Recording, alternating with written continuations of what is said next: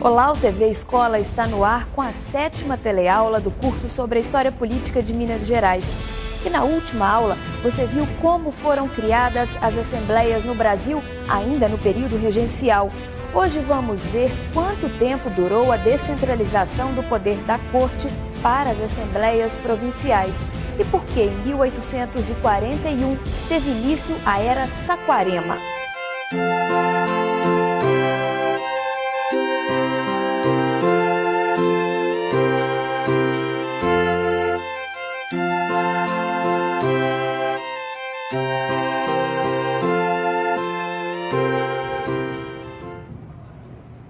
Poxa, o dia hoje foi puxado.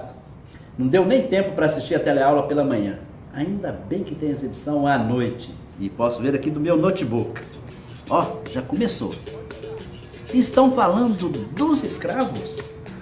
Um dos elementos que define proprietário no período regencial. Vamos ver? Sem o escravo, não há o senhor. É o escravo que faz tudo aquilo que o senhor não quer fazer. É ele quem trabalha para que as elites permaneçam no ócio. O ócio necessário ao desempenho das funções públicas. Há alguém trabalhando para o senhor, trabalhando compulsoriamente. Claro, no chicote. É interessante observarmos que os proprietários, os mandatários, estavam criando uma nação regida por uma Constituição, a de 1824, e não se tocava hora alguma na palavra escravo. Não passava na cabeça deles incorporar o escravo ao seu projeto de nação.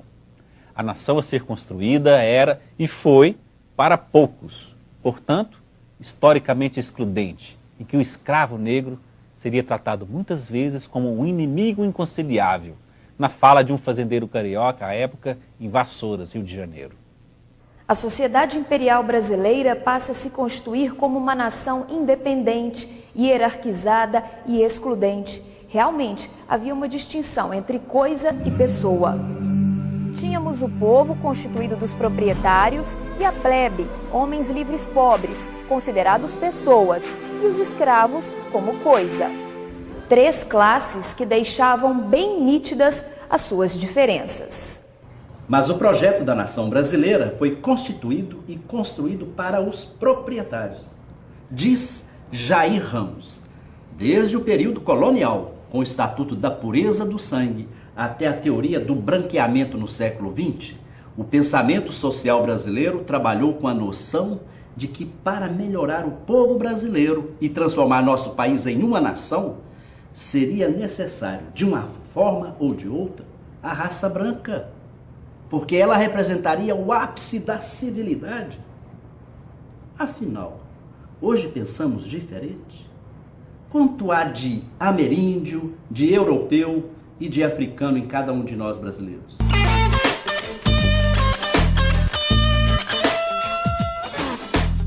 Sempre tem influência muito boa, né?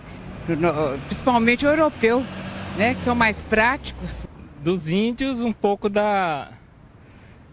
deixar tudo levar, mais tranquilo. Mas dos outros eu não vejo muita influência, não. O Brasil é uma mistura, né, étnica muito grande. E isso só enriquece a nossa raça. Eu, por exemplo, sou louro de olhos azuis. Mas eu tenho uma avó que tinha cabelo duro. E isso é um motivo de orgulho para mim, porque eu acho que isso enriquece meu caldeirão de DNA, vamos dizer assim. E eu acho isso muito bom. E o povo brasileiro ele é diferente, é bonito por causa disso. Esta é uma das perguntas que você pode saber mais lá no ambiente virtual da Escola Legislativa. Agora, é importante compreender que apenas à elite caberia a tarefa de organizar o Estado, ou seja, o mundo da política, enquanto aos escravos restaria o mundo do trabalho. Então imagine a massa humana que existia sobre o território, cujos componentes você não reconhecia nem como pessoas, muito menos como súditos, bem distante dos direitos mínimos que estavam sendo conquistados nos países europeus, onde a palavra nação ganharia o sentido de conjunto dos indivíduos livres e iguais após a Revolução Francesa. A classe dirigente, dividida entre liberais e conservadores, não estava interessada em satisfazer os interesses de forma homogênea, coesa. Ela se degladiava politicamente para definir melhor suas próprias normas de convivência. Mas essas nem sempre eram pacíficas. Os ecos de rebeliões e sedições que explodiam por todo o Império do Brasil durante o período regencial Sabinada, balaiada, cabanagem, farroupilha, liberal e praieira mais tarde, tornaram insônios os grandes proprietários, que viam nessas desordens uma ameaça aos seus monopólios cuidadosamente herdados desde a colônia e para eles tão caros, o da terra e o da mão de obra escrava. Sempre ameaçada pelo Império Britânico, que exigiu o cumprimento da Lei Feijó de 1831, que previa a abolição do tráfico negreiro. Literalmente, uma lei para inglês ver. A ameaça às propriedades poderia colocar em risco a imagem do corpo do rei. Uma expressão que revelava o quanto o rei é que dava sentido e unidade ao Brasil.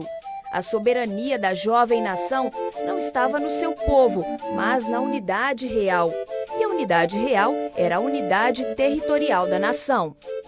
Assim, no imaginário da época, o corpo místico do rei jamais poderia ser arrebentado, despedaçado, a exemplo do que vinha acontecendo nas repúblicas hispano-americanas, onde o processo de independência criou várias nações republicanas. O ano de 1840 é um ano emblemático e de ruptura. É o ano do golpe da maioridade, que conduzia ao trono em Bragança. É o ano da discussão da Lei de Interpretação do Ato Adicional, que redefiniria a direção conservadora e centralizadora do Império e que reduziria substancialmente as prerrogativas das Assembleias Legislativas Provinciais. E os 36 parlamentares da Assembleia Provincial? Os parlamentares mineiros acompanhavam atentos a movimentação política no Rio de Janeiro, onde era discutido o projeto que viria a ser a Lei de Interpretação do Ato Adicional. E dali aguardavam as novidades. Em várias ocasiões, reclamavam em face das evidências que mudanças significativas estariam por vir, impedindo-os de saber com segurança os limites e as prerrogativas daquela Assembleia que estavam construindo. Vejamos um documento de época.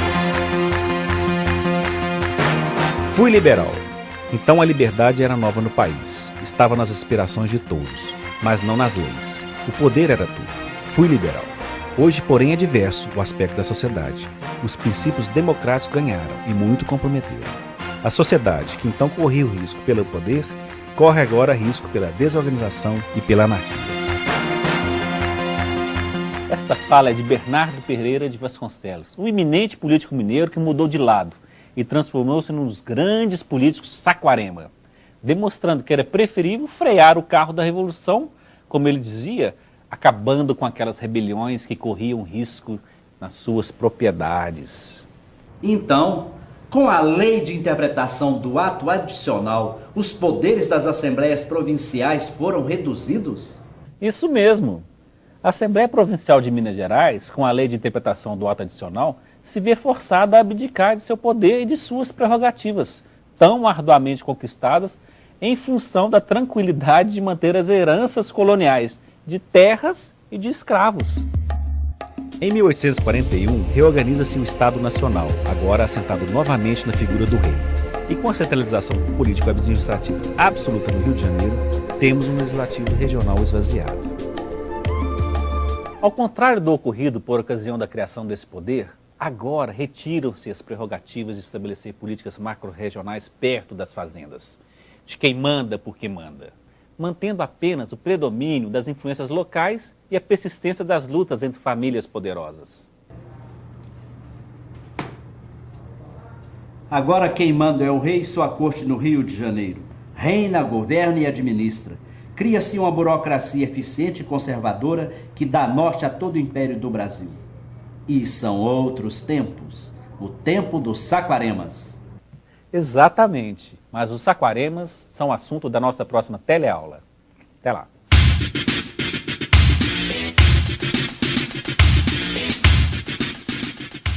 Na teleaula de hoje, você viu que o Brasil da era regencial volta atrás na delegação de poderes para as Assembleias Legislativas Provinciais. O poder dos proprietários de terras e escravos está em risco com o esfacelamento da imagem do rei. O fortalecimento da figura do imperador, em detrimento do pensamento liberal, dá origem a uma nova fase, a Era dos Saquaremas. Nos encontramos na próxima teleaula. Até lá!